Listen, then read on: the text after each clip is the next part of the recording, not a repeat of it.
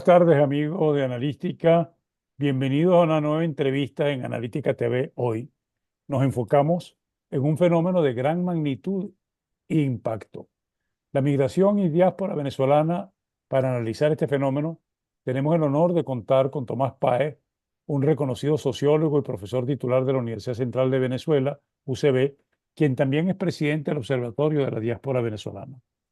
Su vasto conocimiento y experiencia en el estudio de la migración venezolana nos proporcionará una comprensión profunda de las causas, implicaciones y desafíos de este éxodo masivo.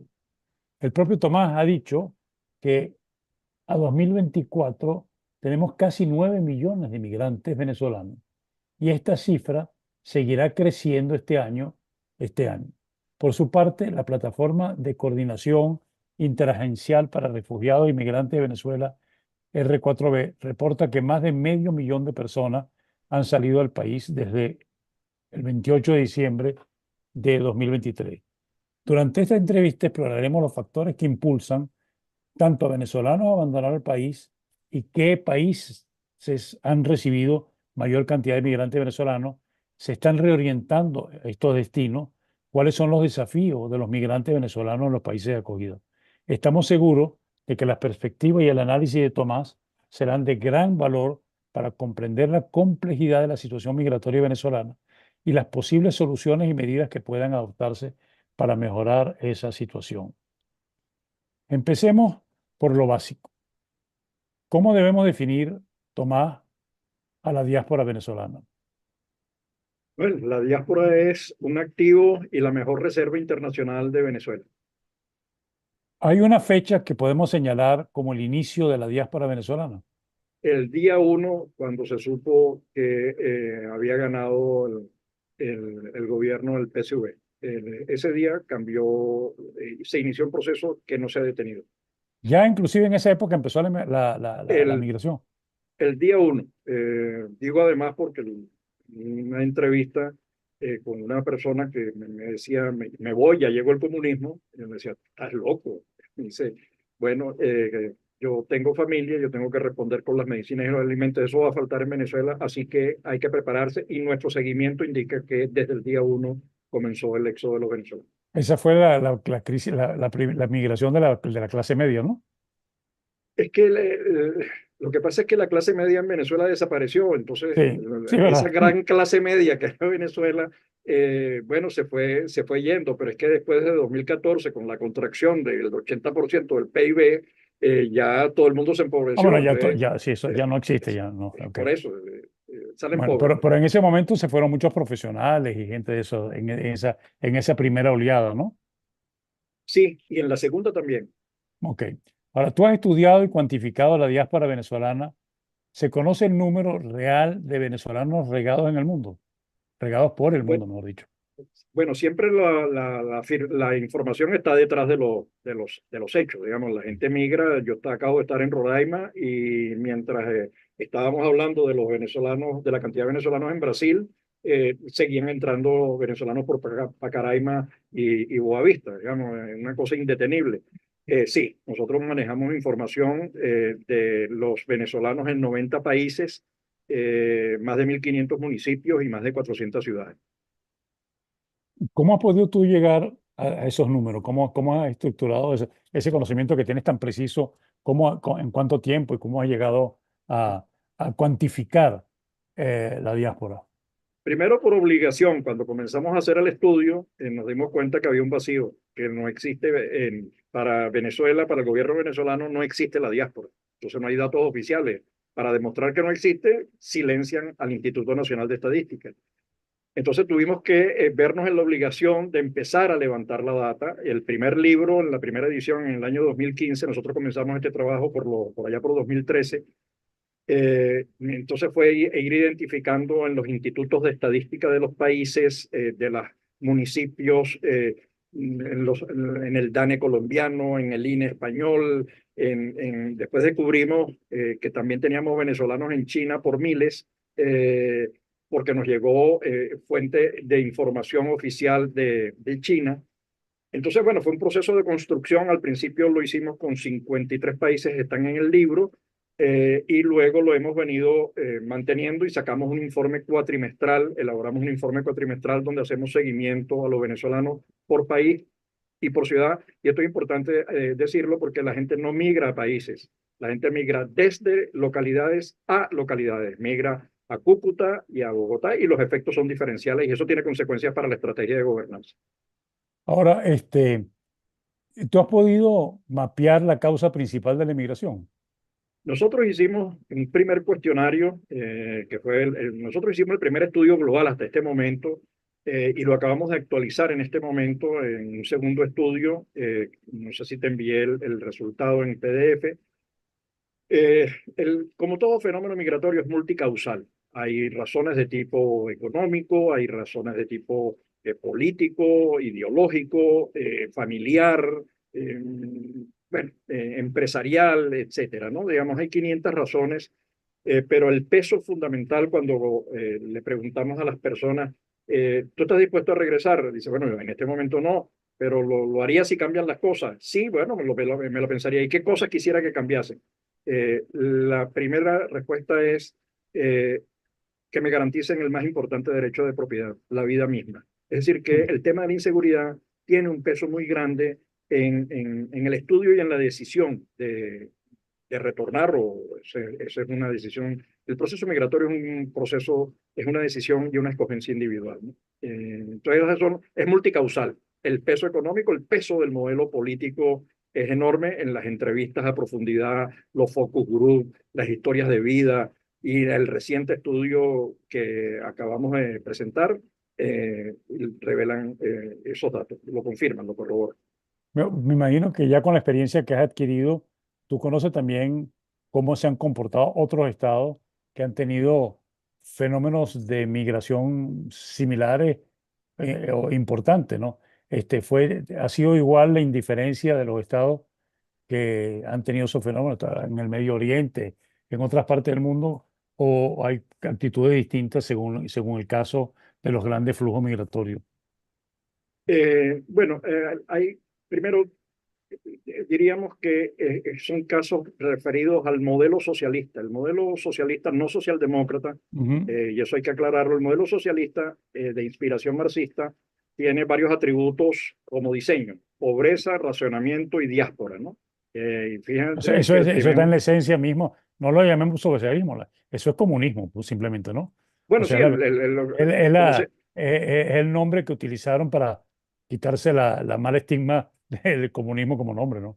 claro, por eso digo que es distinto a socialdemocracia, digamos, es el Claro, claro. modelo, bueno, se construyó el primer muro y a los muros y las zanjas le gustan a los modelos totalitarios, ¿no? Los muros, zanjas, vallas, y como decía Carpentier, la peor de las vallas y el peor de los muros, que son los papeleos burocráticos, ¿no? Esos son terribles para impedir la migración, ¿no?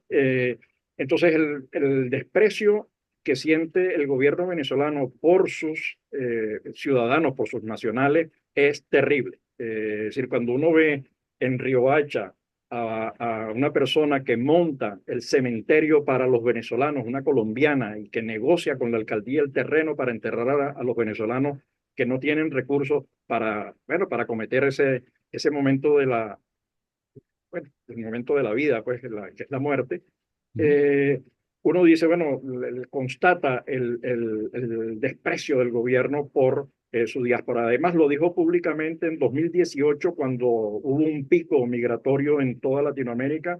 El señor Maduro lo dijo en Naciones Unidas frente a los países receptores, frente a los Mm. países que estaban recibiendo a los migrantes. Entonces, bueno, hay que tener cara de granito armado para decir en público que la diáspora no existe, que eso es una gran mentira del imperialismo galáctico, para eludir, omitir una realidad que hoy representa casi al 30% de la población.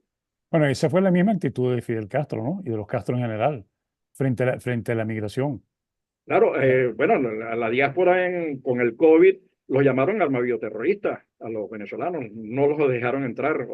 Recientemente, la vicepresidenta Delcy llegó a afirmar que no iban a aceptar más devoluciones y deportaciones de venezolanos, hasta que no se eliminaran las sanciones, es decir, como arma Ajá. arrojadiza, como instrumento de negociación, un insulto humano muy potente, ¿no? Muy fuerte.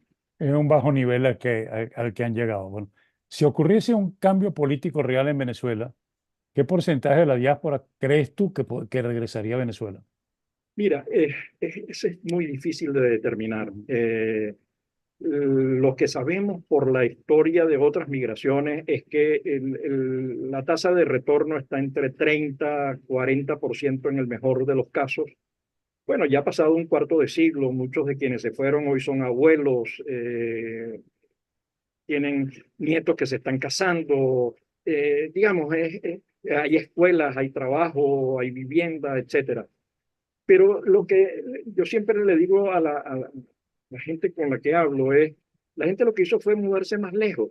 Es decir, Ujú. Barranquilla no queda más lejos que Carúpano del estado Zulia. Ujú. Algún migrante de Maracaibo o de San Francisco le queda más cerca ir en Río Hacha o Maicao que irse no sé, a Mérida o a Lara, ¿no?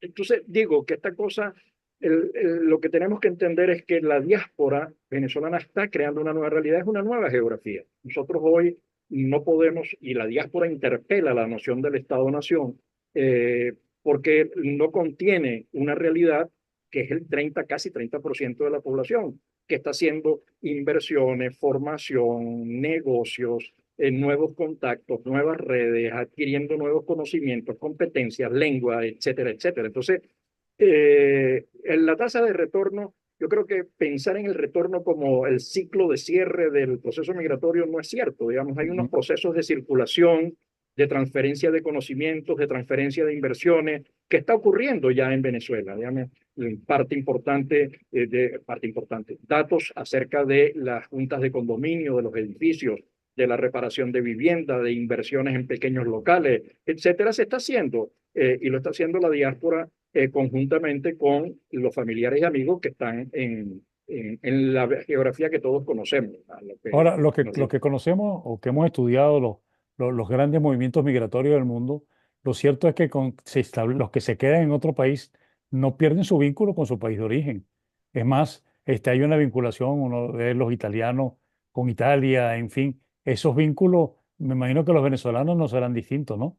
No, no, al revés. Nosotros tenemos en ese mapa que está allá atrás, están los venezolanos en el mundo.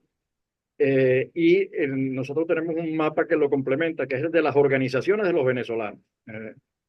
Porque los venezolanos no solamente viajan a un nuevo país, se mudan más lejos, se integran, trabajan, sino que además dedican un tiempo a pensar en distintas áreas, en el área de salud mental, del ambiente, de la ingeniería, de la cultura, del humor, de la música, en todas las áreas.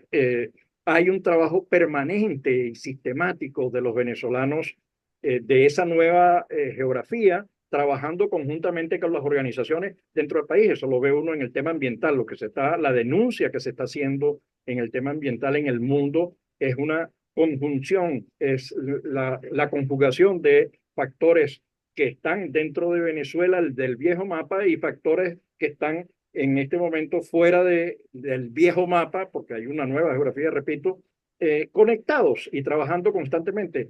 Pero es que además, todo, hasta el paso del Darién, las personas se están comunicando con quienes dejan atrás niños y jóvenes, que eso es un tema a cuantificar. Son más de 2 millones de niños y jóvenes dejados atrás y de personas mayores que todavía no se ha terminado de cuantificar, ¿no? Ahora, hay algo que se habla mucho acá y no sé hasta qué punto es cierto. Es cierto que en algunos países en los que está ubicada la diáspora se ha incrementado un sentimiento xenófobo contra los venezolanos.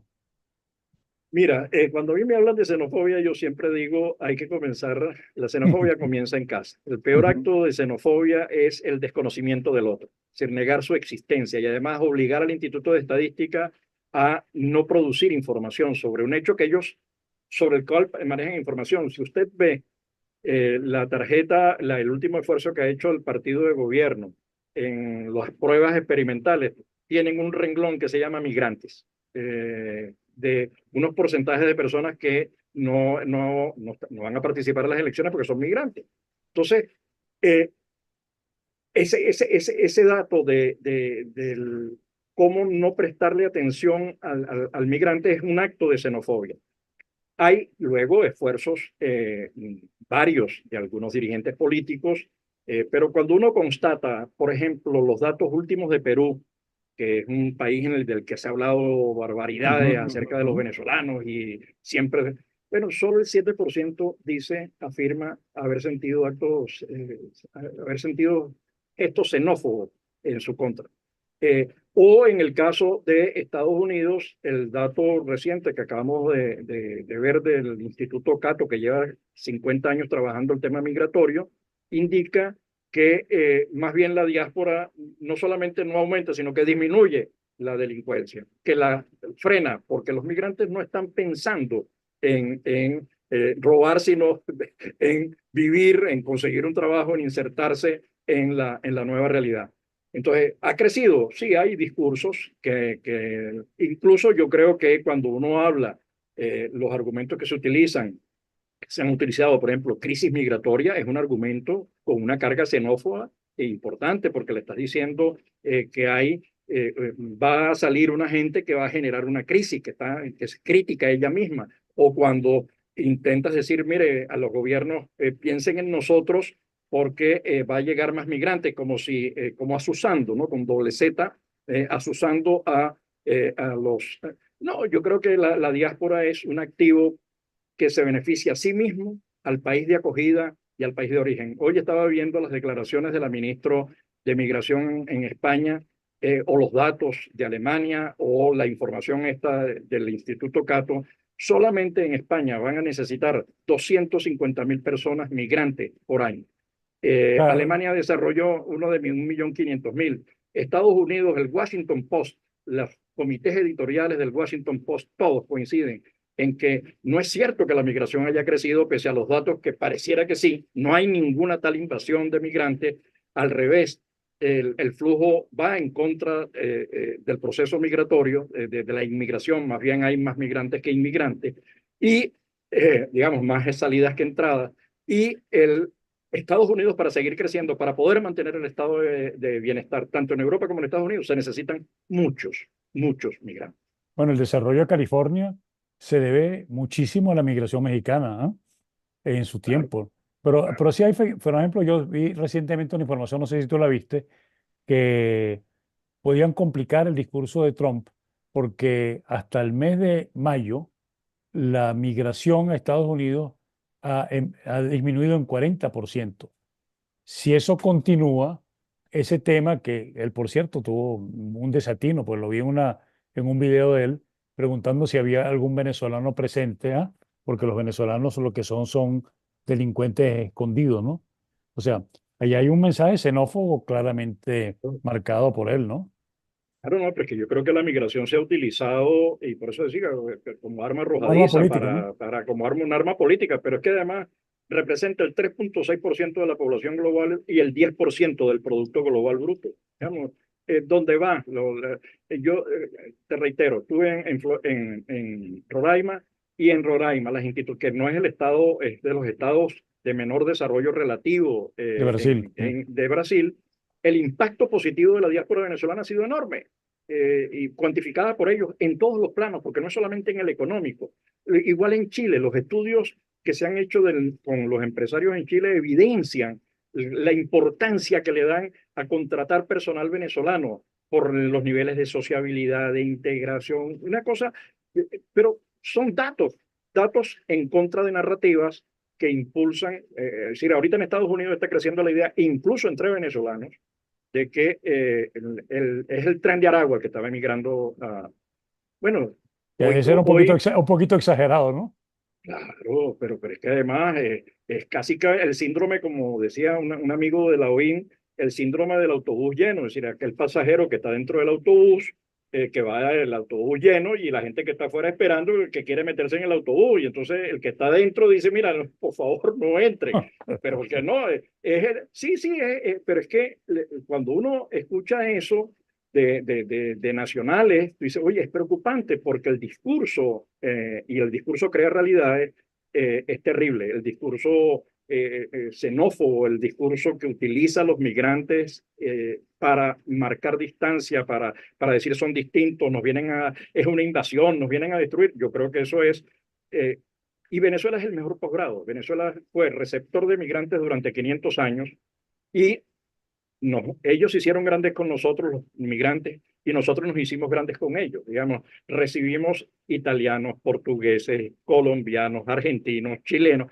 Entonces, con todos ellos crecimos y ellos crecieron con todos nosotros. Y fuimos un país grande que hay que reconstruirlo para volver a recuperar el sendero de la dignidad y del crecimiento y del desarrollo.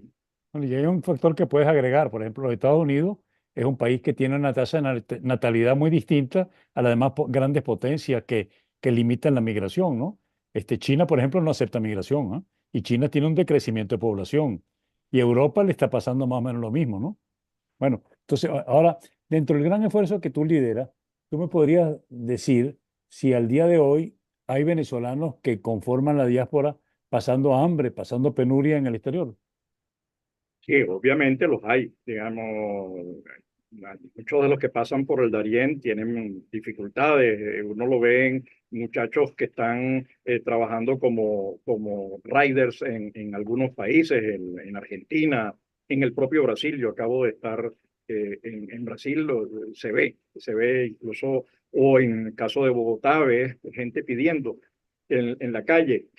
Ahora, eso es todo un proceso. Si yo recuerdo la migración que nosotros recibimos de Canarias, Galicia, la gente yendo al mercado de Quinta Crespo a vender a las 6 de la mañana, pero esa persona con el tiempo se estabiliza y vas viendo procesos de instalación y de inserción. Y luego la respuesta última en este cuestionario, en este estudio que hicimos, respondieron 1.000 personas, 1.020 personas de la diáspora. Le preguntamos cómo era su sensación, cómo se sentían. Bueno, la mayoría de ellos, más de 2/3, más del 75%, decía sentirse bien, integrado, mejor comparativamente que con su situación a la que habían dejado en Venezuela.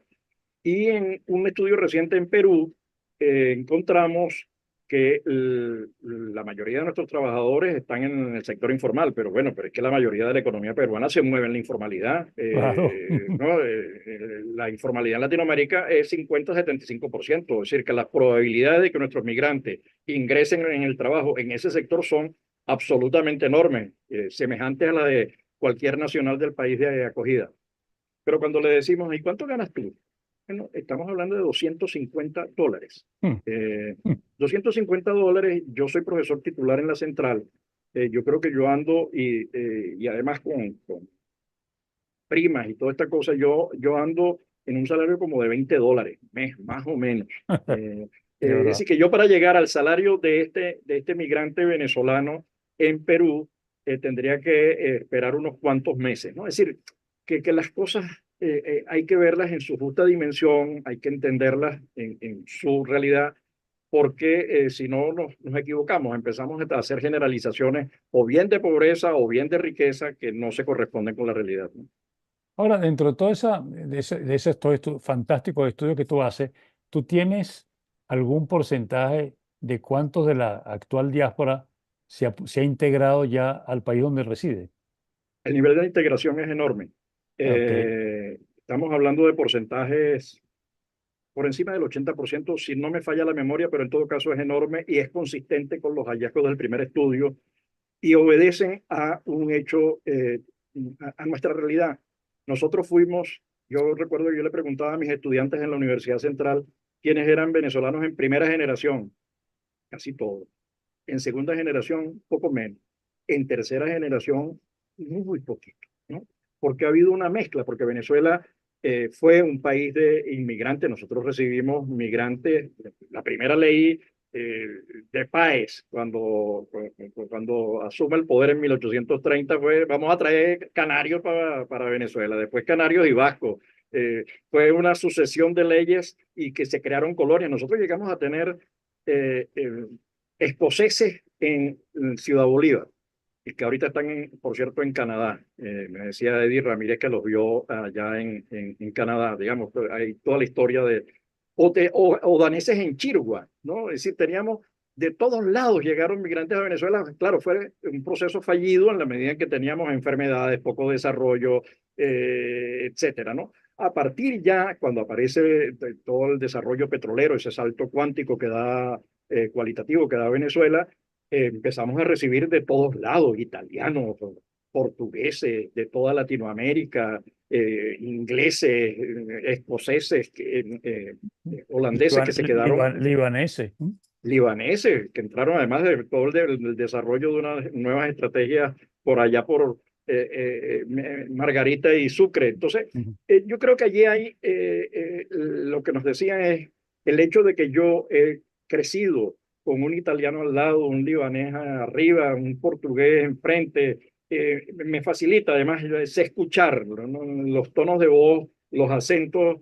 Entonces, yo soy, por definición, me decía los entrevistados, yo soy por definición internacional, así que a mí no me cuesta nada integrarme a un nuevo país. Y ¿No? verdad que lo valoran mucho los empresarios. Y esos emigrantes que vinieron a Venezuela, ya a pocos años, o eran partidarios del Caracas o del Magallanes o donde estuvieran, ¿no? Se Claro, habían venezolanizado completamente, ¿no? así es. Y comían arepa y casi. O sea, que el fenómeno habría que entenderlo también como entendimos nosotros el fenómeno de nuestra migración. No se diga de la migración colombiana, ¿no?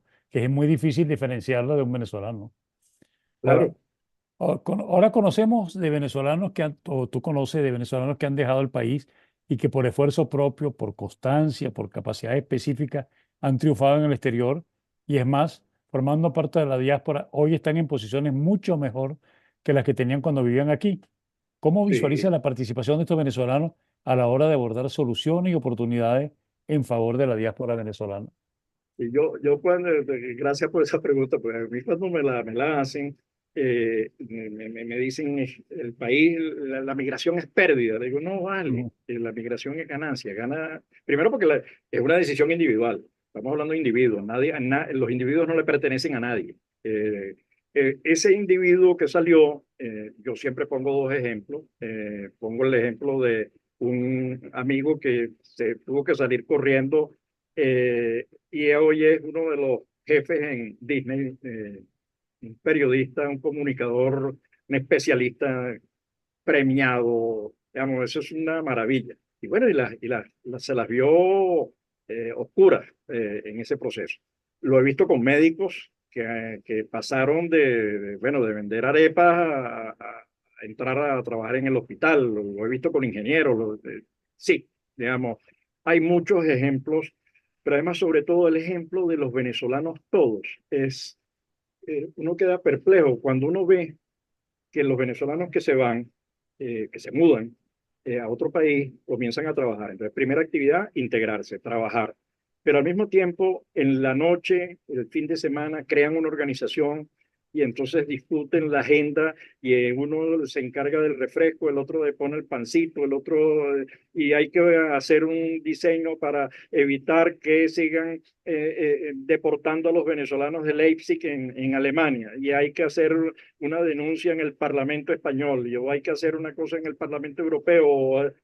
Tú dices, bueno, pero son personas que incluso yo digo que hay una sobredosis de Venezuela, digamos, una cosa de amor, de afecto y de compromiso con el país y exitosos en el campo del cine, de la música, del teatro, de la ingeniería, de la salud. Los casos abundan, de verdad que abundan. En el caso de la escritura, estamos con una literatura muy poderosa ujú. de la diáspora en el mundo. Ahora, ¿qué medidas consideras tú que debería tomar si surge un nuevo gobierno en Venezuela para estimular, si es el caso, el retorno de parte de la diáspora al país? Mira, la diáspora ha venido construyendo, ha venido forjando, fraguando lo que debe ser la nueva estrategia del país, ¿no?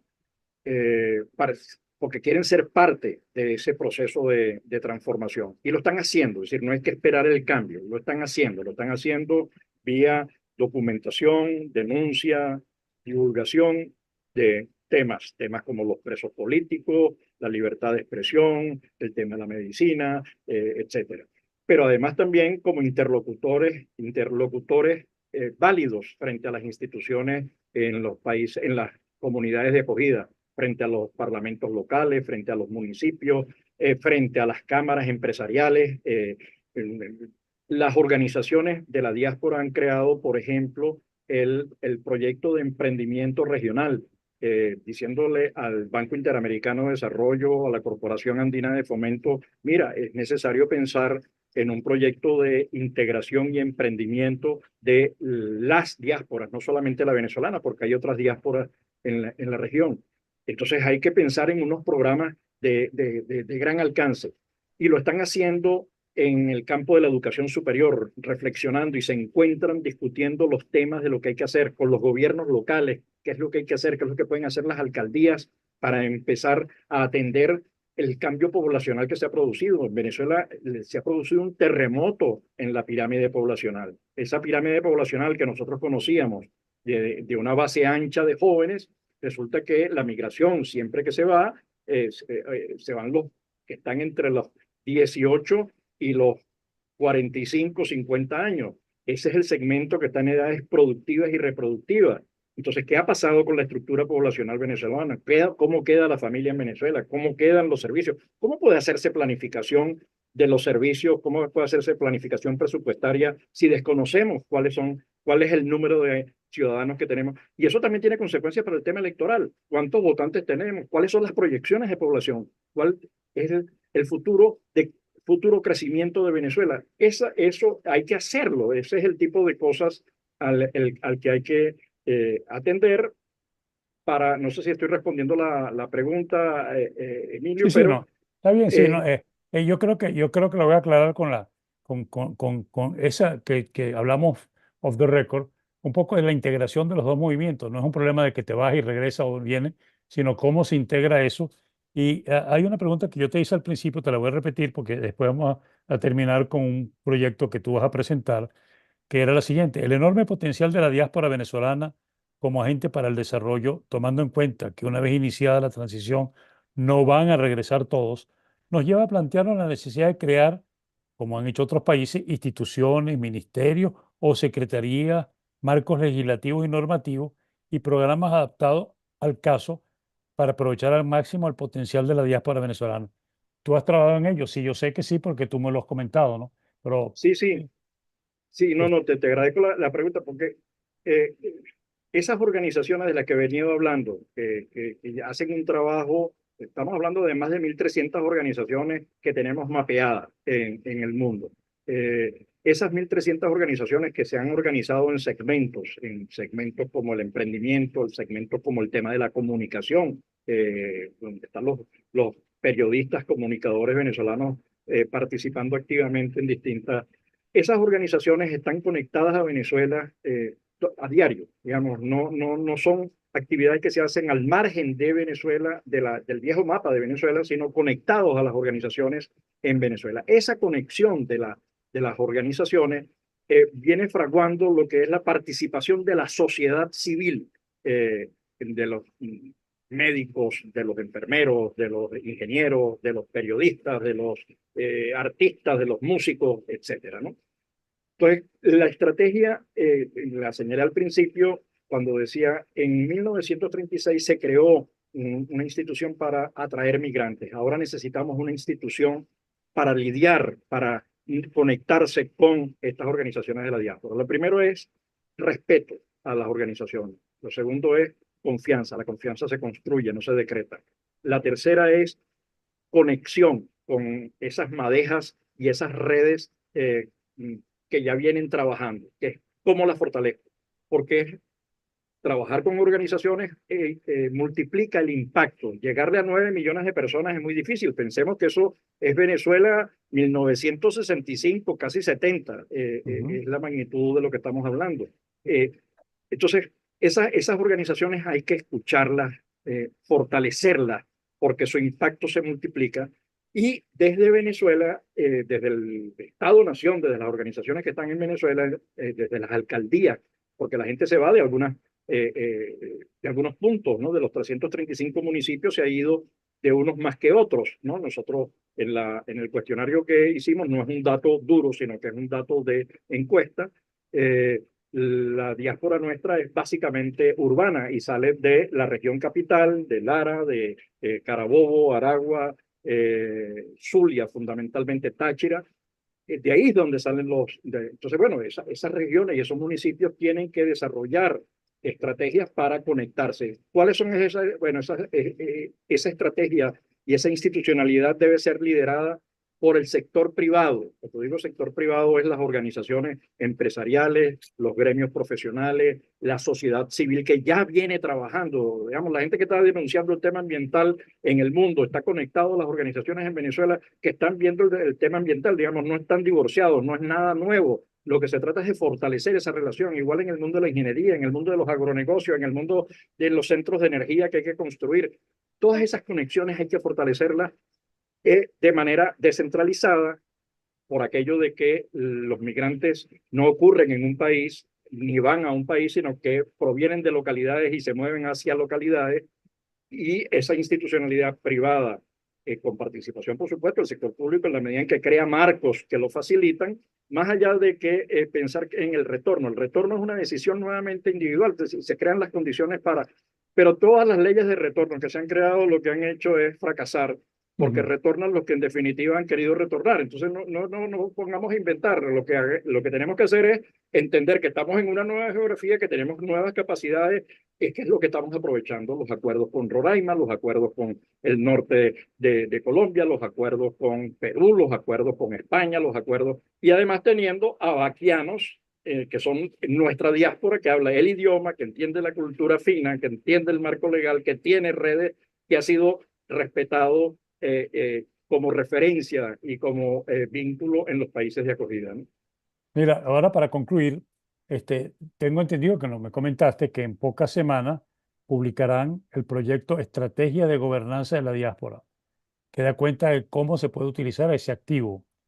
Y me permito hacerte algunas preguntas. ¿En qué consiste eso? ¿Cuáles son los actores de esa estrategia? ¿Cómo puede participar la diáspora en el proceso electoral que se avecina? ¿Por qué es importante conocer no solo dónde está la diáspora, también es clave saber de dónde migra, de cuál de los 335 municipios salen los venezolanos?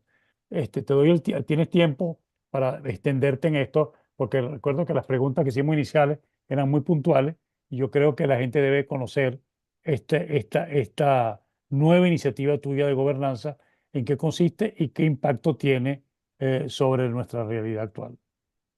Bueno, lo primero es, para esta estrategia de gobernanza necesitamos entender que la diáspora es ese activo, que la diáspora es esa reserva internacional y que la diáspora lo ha expresado con hechos, no solo con palabras, lo ha expresado con hechos, está interesada en recuperar la democracia y participar desde donde está en el proceso de reconstrucción de Venezuela de mil maneras. Eso es conocimiento, eso es inversiones, eso es remesas, eso es denuncias, eso es construcción de proyectos. Nosotros tenemos fuentes internacionales de recursos que podrían ser muy útiles para el proceso de reconstrucción del país. Nosotros nos dejan un país vuelto leña, pues, ¿no? Digamos, solo el sector eléctrico de las 20 turbinas creo que funcionan 9 o 10 y la inversión que habría que hacer allí estamos hablando de unos cuantos miles de millones de dólares, pero después tenemos la inversión en agua, después tenemos la inversión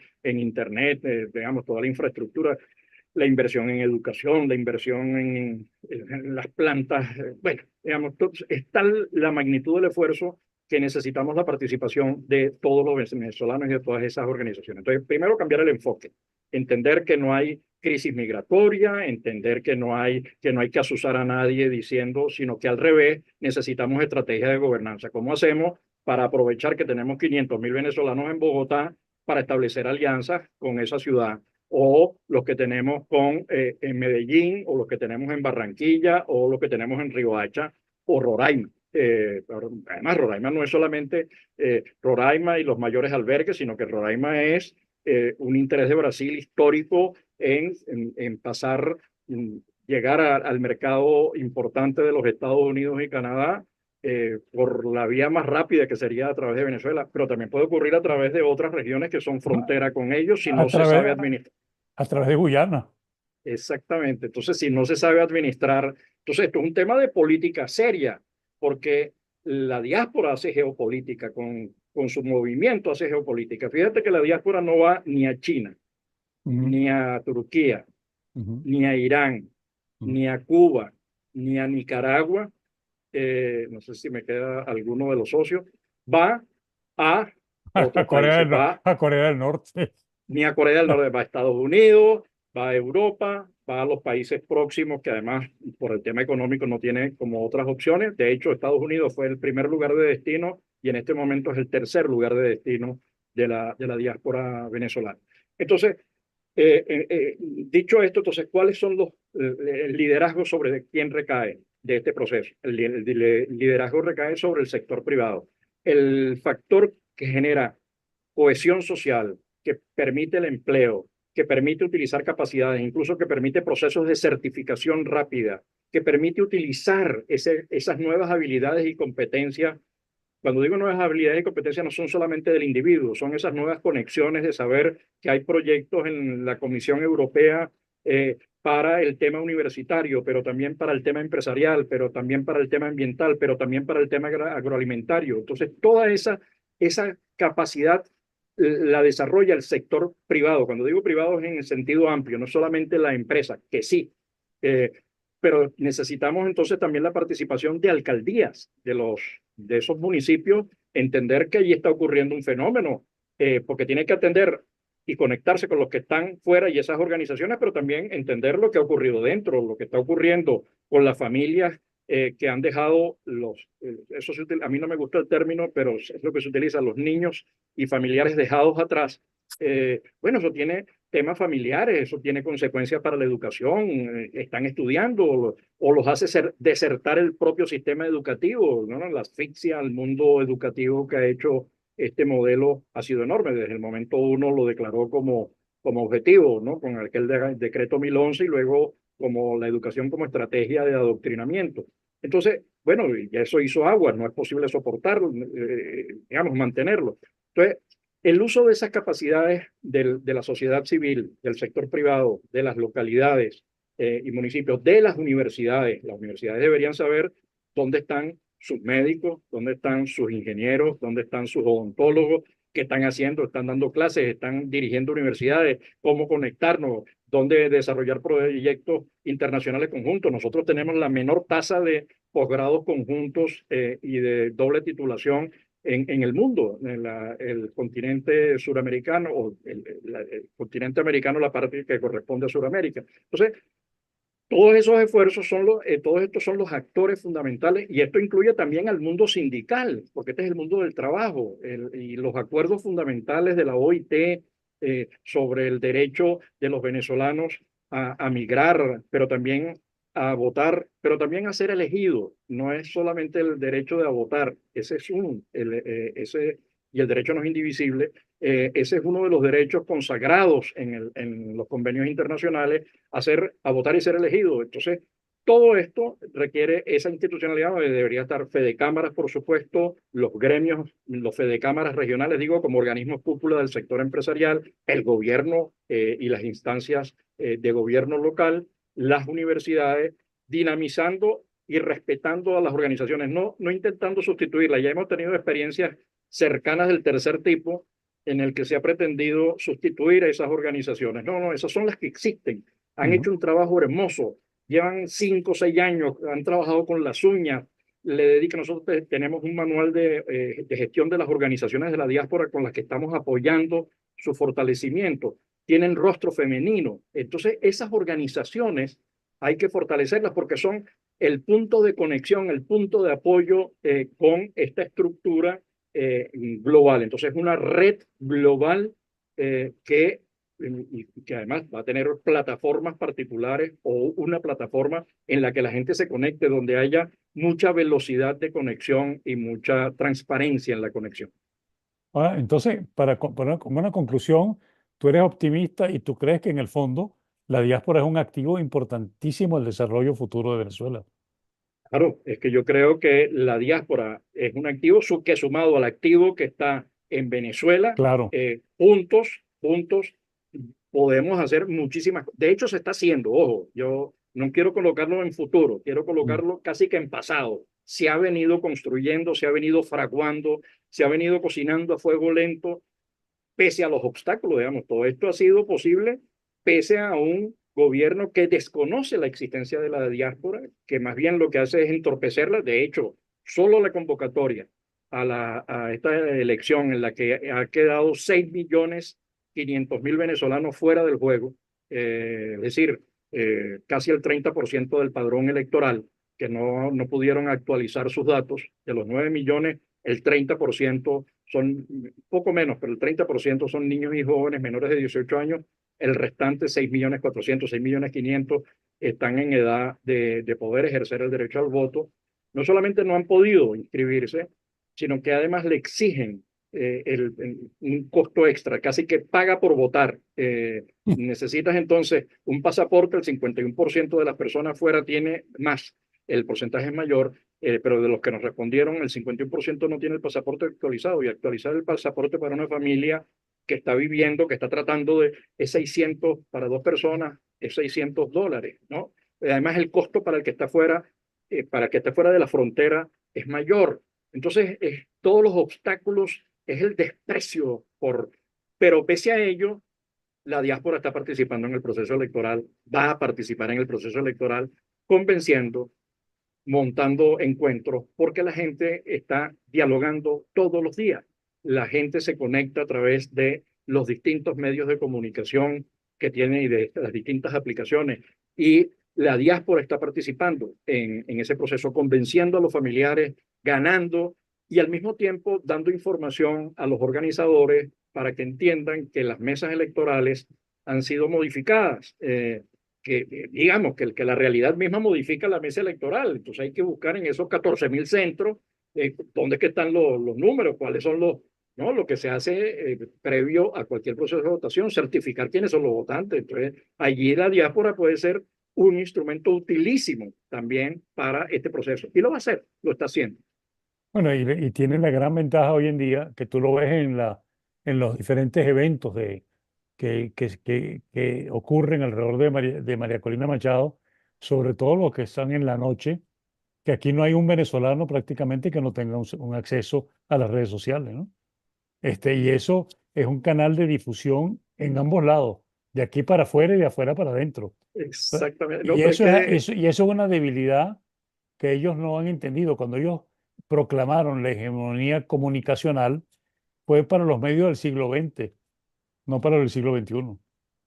claro, es buena esa aclaratoria porque es que en el fondo es la pelea contra la propiedad también, es decir, la relación entre propiedad y libertad de expresión. Pero lo- eh, la- la- cuando nosotros les preguntamos ahora, ¿ustedes se conectan cómo? Bueno, a través de todos los medios, eso es WhatsApp, Instagram, Facebook, TikTok. TikTok, digamos, todas esas cosas, y la gente se está conectando y hay eventos a diario de la diáspora con sus pares, de la diáspora en el Zulia, de la diáspora en Lara, de la diáspora con la Cámara Industrial, y conversando sobre este tema, y eso transmite bueno, indica Y que y hay eso, interés en participar.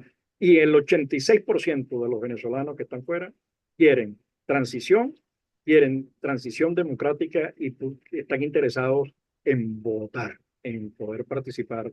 No lo pueden hacer ahorita, pero bueno, lo harán. bueno, pero esa es una fuerza que el régimen no puede controlar. ¿No? Esa Eh, fuerza se les escapa. Está bueno, pero en el éter. Mm. claro, es que la geopolítica que ha hecho es decir, lo que ha construido la diáspora no es tontería. Lo que ha construido al caminar, lo que ha construido con sus organizaciones, lo que ha construido denunciando, lo que ha construido organizando, movilizando partidos políticos y acuerdos, haciendo presentaciones en escenarios políticos, empresariales.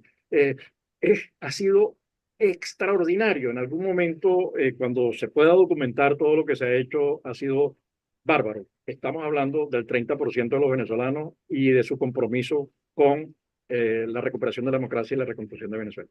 Bueno, te agradezco mucho esta entrevista, Tomás. Yo creo que tú has hecho una labor que tendrá que ser reconocida, fundamental para resguardar, eh, hacer conocida apoyar a esa enorme parte de nuestro país. Y eso más pronto que tarde va a ser un cambio importantísimo en el país. Te comento que como grabamos, pues tú estás afuera, y esta la grabamos a esta hora. Esto está siendo grabado, está siendo transmitido simultáneamente en YouTube y dentro de cinco minutos te mando ya el link y la gente empieza a verlo, ya se acostumbraron que con los problemas de internet aquí, con el tiempo, lo ven en diferido. O sea, aquí ya eso, ya saben que está en diferido. Entonces la gente dice, bueno, ya lo voy a ver porque me lo van a mandar. Dentro de pocos momentos difundimos a todas nuestras redes esta es interesantísima entrevista contigo. Muchísimas gracias. Te notifico que nuestro próximo evento va a ser la estrategia para corto y mediano plazo en política exterior y el invitado va a ser Félix Arellano, que nos va a hablar sobre eso. Yo no voy a estar en Venezuela y el que lo va a hacer es el director de analítica, que a lo mejor lo conoce, que es Reyes Teis. Pero Ah, sí. seguimos exactamente en el mismo plan, seguimos en nuestra programación y bueno, y les doy un anuncio ya porque estamos a punto de terminar este ciclo del túnel que empezó las causas históricas, por qué seguíamos adentro y cómo salimos. Vamos a empezar un nuevo ciclo en julio, que será, que nos interesa y me gustaría hablar contigo, constructores de país. Porque los constructores de país no solamente están en Venezuela, sino también están afuera. Muchísimas gracias. Gracias, gracias Emilio a ti por este espacio, de verdad, por esta oportunidad para Y este diálogo. en poco te paso y distribúyeselo a todos los de la diáspora, porque ese proyecto va a estar para siempre en el canal Analítica TV en YouTube. ¿Oíste? Ok, Mil gracias, mil gracias. gracias a ti.